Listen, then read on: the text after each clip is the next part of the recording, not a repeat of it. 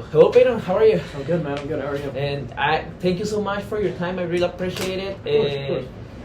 So I hope you enjoy this interview. Of course, man. Of course.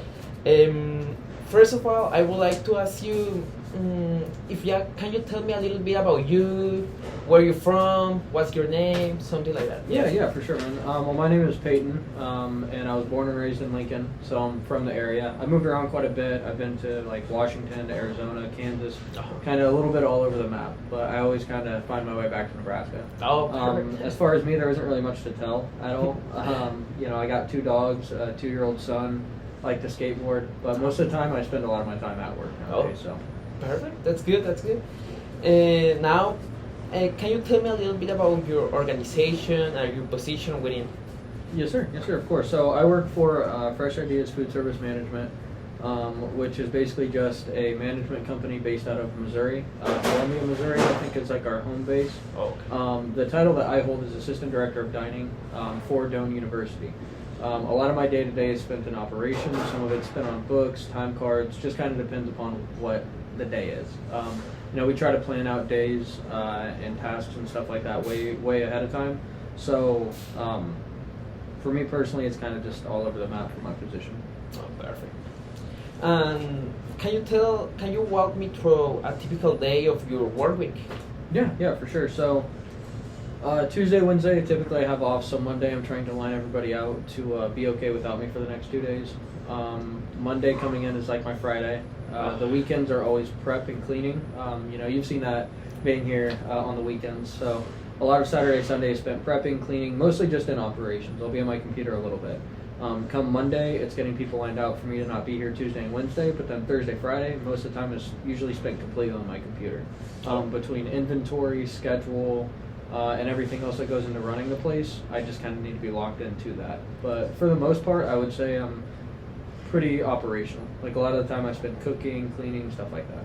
So in operation, you mean like in the computer, also cooking the food, so you have a specialization about chef or something like that, or? So when I say operations, I mean anything to do with food or anything going on out there. Oh, okay. Non in operations is behind the computer, behind the desk, doing more stuff like that. Oh, okay. So when I say operations, I mean more or less that I'm out there cooking and cleaning.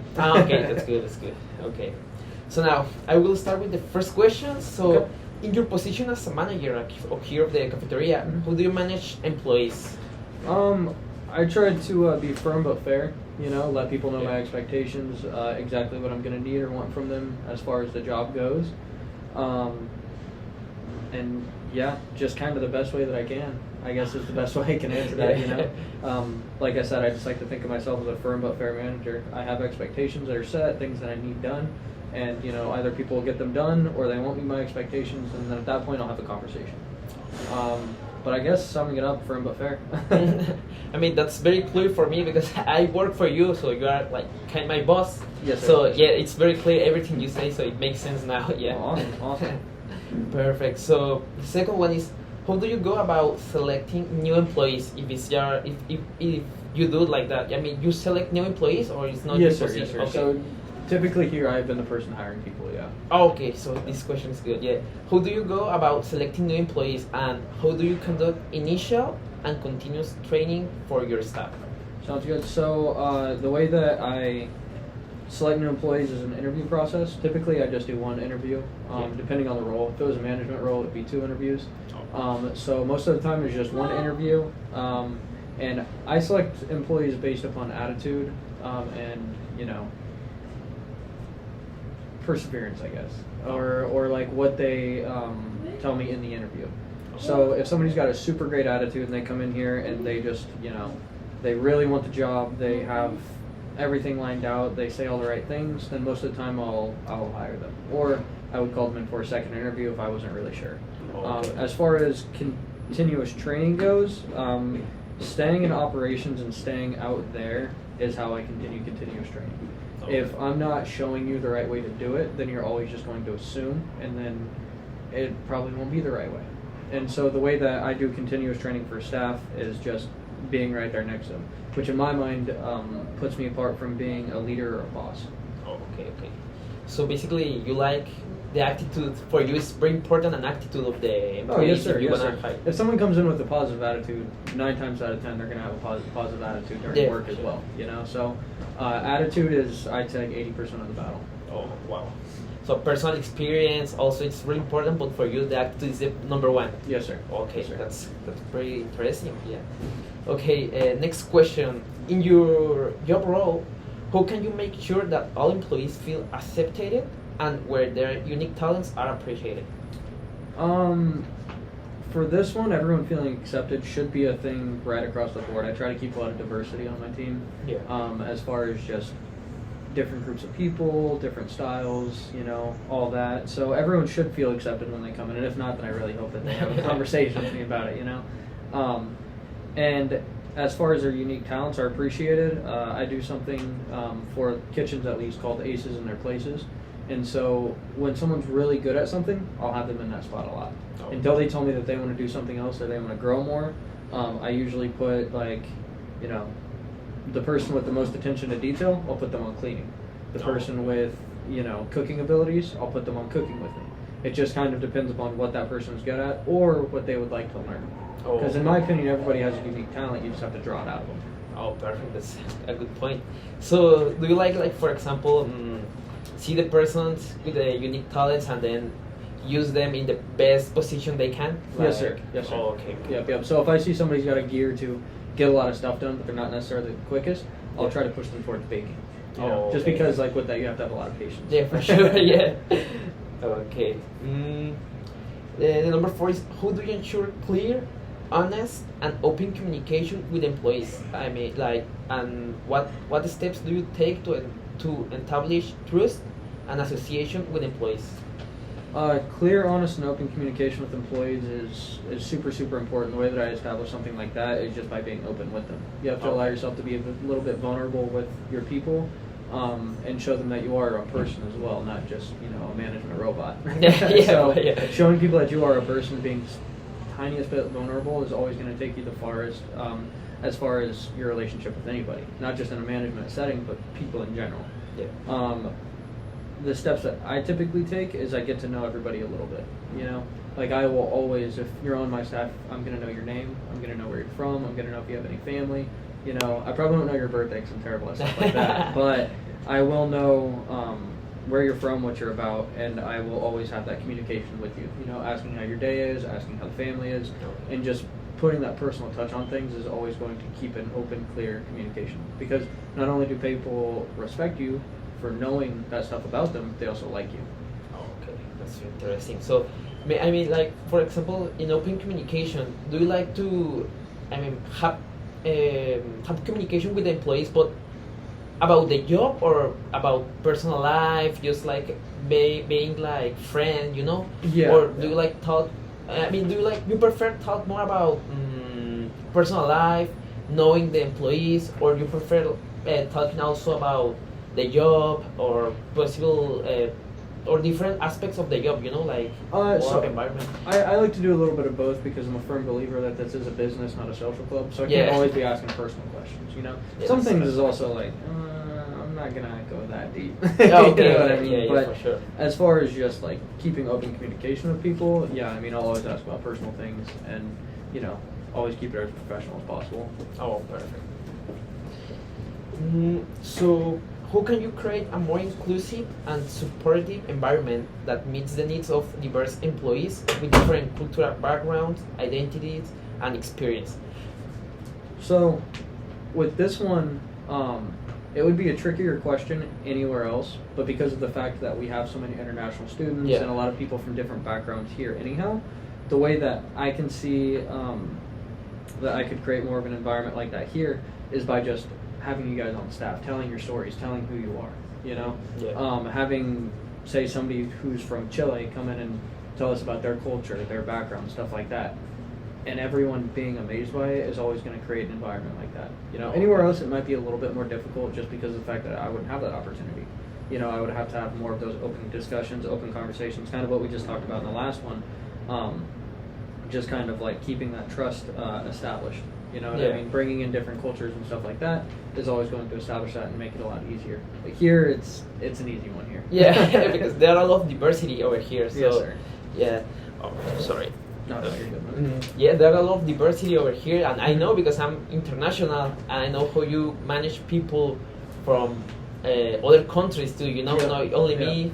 So yeah, it's really interesting what you say. So the next question: what are the most effective communication channels for you? On this one, I mean, I guess I could say like texting, phone calls, anything like that. But I always like the face-to-face. You know, Face-to-face. like the most effective communication channel, in my opinion, is having a sit-down conversation just like this. You know. Okay. Yeah. I mean, Google Translate definitely helps for some people I can't communicate fluently with yet. You know, I'm Oh, still yeah, working on my that's right. Spanish and stuff like Oh that. yeah. Because you have some people Yes, sir. working here that doesn't speak English really well. Yes, right? sir. Yes, sir. And Oh. so for me, a big challenge is getting over that hump and finding, you know, different ways that I can learn Spanish faster or different Oh. phrases and stuff like that. Which I mean, I'm getting a little poquito, Yeah, it's poquito. a little bit Yeah. better, a little bit better. But you know, it takes time. So I think the most effective communication channel for me personally is just being here and being able to have those face-to-face conversations. Okay, so face to face for you is the most important Yes, sir. channel of communication. Yes, sir. Okay, perfect. How do you help employees make important decisions about their jobs when they work with you? So I help people make important decisions by kind of just diving right into it. You know, I'll always Okay. be there to pull you out of the water, but I think that sometimes people have to drown a little bit to learn how to swim. Okay. You know, Yeah, so yeah. if it comes to an important decision about their job, if it's moving on to another job, if it's, you know, moving up in this job, I'm always going to be there to help and support no matter what. As far as working with me and helping with those jobs, I'm always there to lend a helping hand, and I'm always there to help out with whatever. But I always think that people need to learn how to do it themselves. Oh, okay. So you help them sometimes when they are ready. You let them do it by Yes, themselves. sir. Oh, Yes, okay. sir. Perfect. Okay, so next question: what strategies? I mean, this question is about because I work here. I know every day I see people from everywhere, but also I always see people, young people here. You know, Mhm, working mhm. with you. Oh yeah. People, I mean, employees from maybe high school, I think, or employees Yeah. like me. I'm young here in the university. So, what strategies do you use to help young employees reach their full potential and prepare them for the world of work? All right. Well, this one's kind of an interesting one for me. It's empowerment. Empowering young people to feel like they can do more. I mean, Okay. speaking for myself, you know, I'm getting up there, but I'm not super old. I mean, I'm only 24 years old, and all it took Yeah. for me was a little bit of empowerment Oh. and a little bit of responsibility, and I took off with it. You know, and I think that if you do that same thing for the young people that are around you, and when you are in a leadership role, you're just going to see an entire flock of people that can do so much more than they ever thought that they could. Okay. You know, speaking from experience, I do have high schoolers on staff that I'm empowering right now to start running the weekends. That's something that we'll see a lot more of and stuff like that, getting them to that point culinarily, leadership-wise, all of that. But empowerment, I think, is the most important strategy that you should use for anybody that's young, for anybody that's working with you at all, young or old. Because if you empower somebody just a little bit and make them feel like they can do it, chances are they're going to take off with it. Okay. Well, really interesting because you touch a point of empowerment that we learn this in management. So it's really interesting that some people don't like to give the employees a lot of empowerment, and it's like a controversial, you know. It's like one side is yes and one side is no. So I mean, you are of your point of view is about yes. You need to empower absolutely. them. You know? Absolutely. Yeah. You need to. I mean, if people don't feel empowered, how can they do the best job possible? They're always going to be looking for you to solve their problems for them. Yeah. You know, Okay. and as a manager, I mean, you have to know that you're leading people, but at the end of the day, you're also trying to make it so you don't necessarily have to Yeah. lead anybody. You're For not sure. trying to push people in a direction where you're always pulling them. You're Yeah. trying to push people in a direction where they have the rope over their own shoulder. Perfect. I really like your opinion about this. So next question: what are the most effective ways to give feedback to employees who are not performing well in their job, or not performing well? Just what are your ways to give feedback in any kind of problems or situations that you have in work? So if it comes to anything where someone's not performing well, the first thing I always look at is how much effort are they putting in. You know, if someone's putting in 110%, the only thing I can really give them is some encouragement and motivation. Like, hey man, I've tried that a million times before too, messed it up, but I'm telling you, on the millionth and one time, it was all me, all day, you know? Okay, yeah. But if someone is just kind of lollygagging and just kind of, well, whatever, you know, if we got to reel at you, or really just going at it, you know, I think straightforwardness is the best way, you know? And sometimes it's not the easiest pill to swallow for some people, but just telling someone like, hey man, you need to step it up. Yeah, for sure. It's not the most popular opinion on the subject for sure, but in my opinion, it's always most effective. Because if I'm messing up, I don't really like to play a guessing game on what I'm messing up or how I can do better. I would like someone to just tell me, hey man, this is what's wrong, fix this, you know? Yeah. And yeah, exactly. And I like to lead people in that way. Not necessarily, you know, pussyfooting around a subject, just kind of, oh, well, you could do this. No, you're messing this up, fix it. But if someone's putting in a huge amount of effort, then all they need is encouragement and a little bit of motivation. They don't need somebody to tell them they're messing something up when they already know.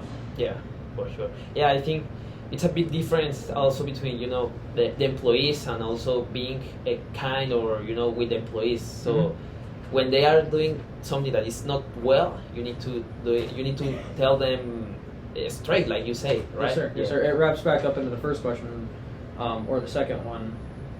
No, I believe it was the first one. Firm but fair. You always have to be firm but fair. Oh, okay. Yeah, for sure. So the last question: how do you collect and use student or customer feedback to improve the cafeteria, like the food or? So right now, it's all word of mouth. It's us getting out there talking about it, seeing reactions. You know, getting people's opinions, the good, the bad, the ugly. We thrive on all of it. In the future, we're going to have more digital programs set up, and I believe that we will also have a comment card box, but I don't know if that's a little outdated, Yeah. So I'm not sure if we'll have that one, but I do know that digitally we are going to have surveys and stuff like that. We had one this year already, and we also have something else called You Spoke, We Listened, which is basically just a program where the students will give their feedback, suggestions, anything that they would like to see in the cafeteria, stuff like that. And we take that into account, build a different menu, make adjustments, make improvements, and then we show exactly where we made the adjustments. So there will be more things rolling out for customer feedback and everything like that, but right now it's all just word of mouth.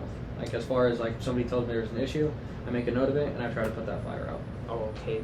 Also, I think, I don't know, this is my opinion, I think sometimes I see you, you know, with the students, like, what do you think about the food? I mean, I think you like also ask them, you know, face to face, what do you think, how can I improve? Also, that's a way that you use, right? Or yes, sir. Yes, sir. Absolutely. I mean, that's the only way that I've got right now. So that's how I really try to market it, is just being out there, being a presence. You know, it's very, very important to me to know what we can be doing better, or if we're doing great. You know, it's important not only for myself but for the team, so that way I can lead people in the right direction on how to be better and get better. Yeah. Okay, Payton, this is everything for today. Thank you so much for your time. I know you are a hard worker, and I know because you are like my boss, and I always see you working this side, multitasking. You know, you are everywhere. So thank you. I really appreciated your time. It's a pleasure to talk to you. You have a really good mentality, and you are a good manager. Awesome. So thank you so much, Payton. Thank you. I appreciate it, sir.